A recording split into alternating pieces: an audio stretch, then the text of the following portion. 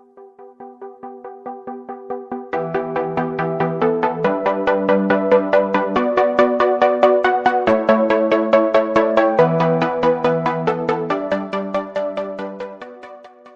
वालेकुम स्टूडेंट्स, आज की इस वीडियो में हम 9th क्लास की chemistry chapter number 8 chemical reactivity का जो टॉपिक डिस्कस कर रहे हैं उस टॉपिक का नाम है important physical properties of metals. हम मेटल्स की इम्पोर्टेंट फिजिकल प्रॉपर्टीज को डिस्कस करेंगे इस वीडियो में। और जब हम फिजिकल प्रॉपर्टीज की बात करेंगे, चाहे वो मेटल्स की हों चाहे वो नॉन मेटल कोई भी सब्सटेंस हो, उसकी फिजिकल प्रॉपर्टीज उसके फिजिकल स्टेट से ताल्लुक़ रखती हैं। तो फिजिकल प्रॉपर्टी यानी जो प्रॉपर्टी फिजिकल स्टेट से ताल्लुक़ रखती हैं उन प्रॉपर्टीज को हम फिजिकल प्रॉपर्टीज कहते हैं। और कोई भी सब्सटेंस हो, उस सब्सटेंस की जो फिजिकल प्रॉपर्टीज हैं ये डिपेंड करती हैं, physical properties depends upon the mass of the substance and it also depends on the arrangement of atoms. Atoms की अरेंजमेंट पे भी ये प्रॉपर्टीज डिपेंड करती हैं। एटम्स किस तरह अरेंज हुए हैं, उसकी अरेंजमेंट क्या है, तो अरेंजमेंट के लिहाज से और मैथ के लिहाज से ये प्रॉपर्टीज वैरी करती जाती हैं। जैसे जैसे एटम्स की अरेंजमेंट चेंज होती जाएगी ऐसे ही फिजिकल प्रॉपर्टीज भी चेंज होती जाएगी। जैसे मैथ वैरी करेगा उसी तरह फिजिकल प्रॉपर्टीज भी वैरी करती जाएंगी। तो यहाँ पे हम मेटल्स की फिजिकल प्रॉपर्टीज को डिस्कस करेंगे। तो फर्स्ट प्रॉपर्टी है कि तकरीबन तमाम के तमाम मेटल सॉलिड फिजिकल स्टेट में पाए जाते हैं सिवाय मरकरी के, एक्सेप्ट मरकरी। मरकरी के अलावा बाकी जितने भी हैं वो सॉलिड फिजिकल स्टेट में पाए जाते हैं। मरकरी लिक्विड स्टेट में पाया जाता है। इसी तरह सेकंड प्रॉपर्टी अगर हम देख लेते हैं तो तमाम मेटल्स का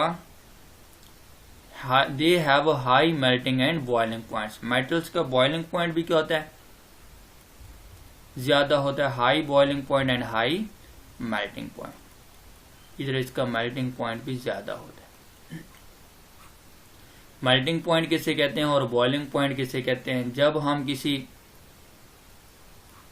सॉलिड से लिक्विड में आते हैं तब हम सॉलिड्स को गर्म करते हैं और जिस टेम्परेचर पर सॉलिड्स लिक्विड में कन्वर्ट करना शुरू हो जाए उस टेम्परेचर को हम मेल्टिंग पॉइंट कहते हैं।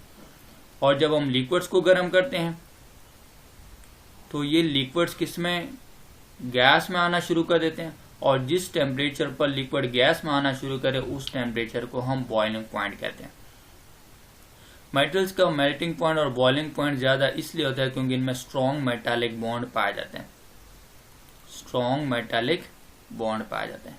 स्ट्रॉन्ग मेटालिक बॉन्ड की वजह से और एटम्स की जो अरेंजमेंट होती है वो स्ट्रॉन्गली एक तरीके से पैक हुए होते हैं, ज्यादा करीब करीब होते हैं एटम। इनमें फोर्स स्ट्रॉन्ग होती है, मेटालिक बॉन्ड बहुत ज़्यादा स्ट्रॉन्ग होता है जो इनमें पाया जाता है। तो स्ट्रॉन्ग मेटालिक बॉन्ड की वजह से इनका मेल्टिंग पॉइंट भी ज़्यादा होता है और इनका बॉइलिंग पॉइंट भी ज़्यादा होता है। इसी तरह प्रॉपर्टी नंबर 3 अगर हम देख लेते हैं, they possess metallic lustre and can be polished. ठीक है, तो मेटल्स की अपनी मखसूस शाइनिंग होती है, उस शाइनिंग को हम मेटालिक लस्टर कहते हैं। तो प्रॉपर्टी नंबर 3 हम देख लेते हैं,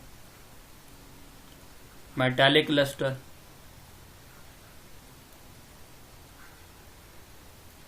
इनकी अपनी एक मखसूस चमक होती है जिसको हम, या मखसूस शाइनिंग होती है, हर मेटल्स की मखसूस शाइनिंग होती है, उसी शाइनिंग को हम मेटालिक लस्टर कहते हैं।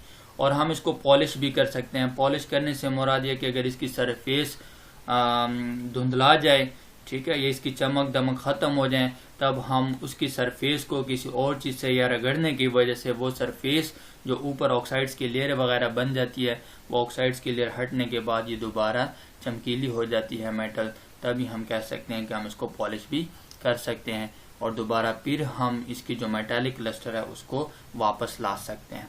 इसी तरह प्रॉपर्टी नंबर 4 को अगर हम देख लेते हैं, they are malleable. Metals malleable होते हैं, दे आर मैलिएबल।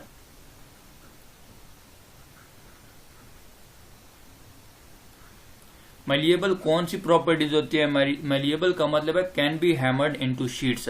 हम इसको कूट कर हम इसकी चादरें बना सकते हैं, हम इसके शीट्स बना सकते हैं। तो शीट्स बनाने वाली जो प्रॉपर्टीज है उसको हम मेलिएबल कहते हैं, या हम ये भी कहते हैं कि मेटल्स क्या होते हैं, इसकी जो प्रॉपर्टीज होते हैं वो मेलिबिलिटी प्रॉपर्टीज होती हैं, आसानी से हम इनके शीट्स बना सकते हैं।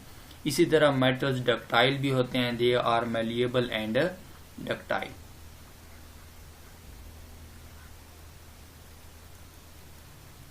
डक्टाइल कौन सी प्रॉपर्टी होती है? वायर बनाने की जो प्रॉपर्टीज होती हैं, तारें बनाने की, जिस तरह कॉपर है, कॉपर्स के हम वायर्स बना लेते हैं, बिजली की तारें वगैरह बना लेते हैं कॉपर से, जो कि कंडक्टर है, बेस्ट कंडक्टर है। तो इसकी हम तारें बना लेते हैं, इस वजह से हम इसको क्या कहते हैं, डक्टाइल प्रॉपर्टी कहेंगे। और जिसकी हम शीट्स बना लेते हैं उसको हम मेलिबिलिटी प्रॉपर्टीज कहते हैं। इसी तरह नेक्स्ट प्रॉपर्टी अगर हम देख लेते हैं, प्रॉपर्टी नंबर 5 की तरफ आ जाएं, तो जब भी हम मेटल्स की बात करेंगे, इसकी एक बेहतरीन जो प्रॉपर्टीज आ जाती है वो ये है कि ये हीट के भी गुड कंडक्टर होते हैं और इलेक्ट्रिसिटी के भी गुड कंडक्टर होते हैं। They are good conductor of heat and electricity. Good conductor, good conductors होते हैं हीट के भी एंड इलेक्ट्रिसिटी के भी। जब भी कंडक्टिविटी की बात आ जाए, मेटल्स की कंडक्टिविटी की बात आ जाए, तो मेटल्स की कंडक्टिविटी किससे ताल्लुक रखती है? वो फ्री इलेक्ट्रॉन से ताल्लुक रखती है। फ्री इलेक्ट्रॉन्स होते हैं इनमें, या हम इसको मोबाइल इलेक्ट्रॉन भी कह सकते हैं, हम इसको मोबाइल इलेक्ट्रॉन भी कहते हैं। तो मोबाइल इलेक्ट्रॉन होने की वजह से या फ्री इलेक्ट्रॉन होने की वजह से ये गुड कंडक्टर होते हैं, हीट के भी और इलेक्ट्रिसिटी के भी कंडक्टर्स होते हैं। इसी तरह प्रॉपर्टी नंबर 6 में इनकी डेंसिटी को हम देख लेते हैं। They have a high density, इनकी डेंसिटीज बहुत ज्यादा होती हैं, हाई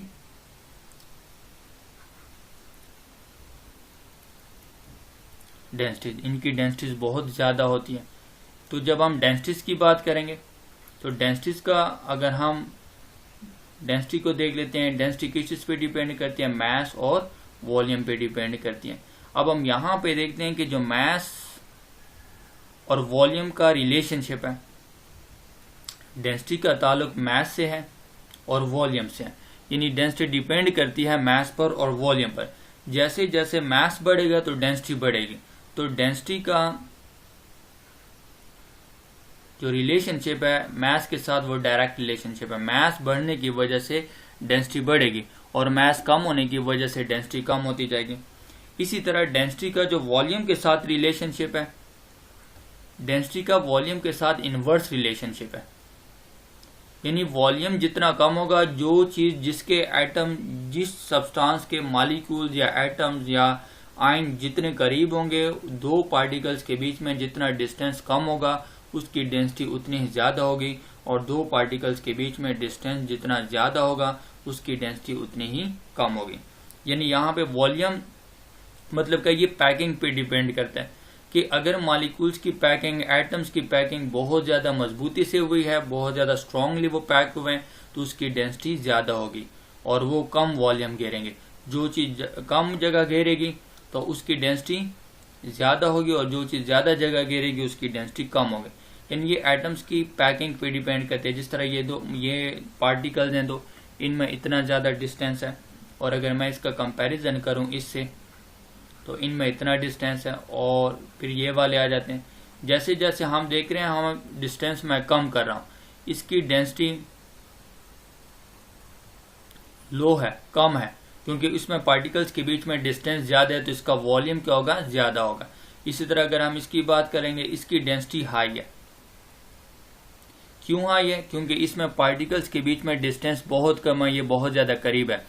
तो पार्टिकल जितने ज्यादा करीब होंगे डेंसिटी उतनी ही ज्यादा होगी, और पार्टिकल जितने ज्यादा दूर होंगे डेंसिटी उतनी ही कम होगी। तो डेंसिटी का ताल्लुक मास से डायरेक्ट है, डायरेक्ट रिलेशनशिप है, और वॉल्यूम के साथ इसका ताल्लुक इनवर्स रिलेशनशिप है।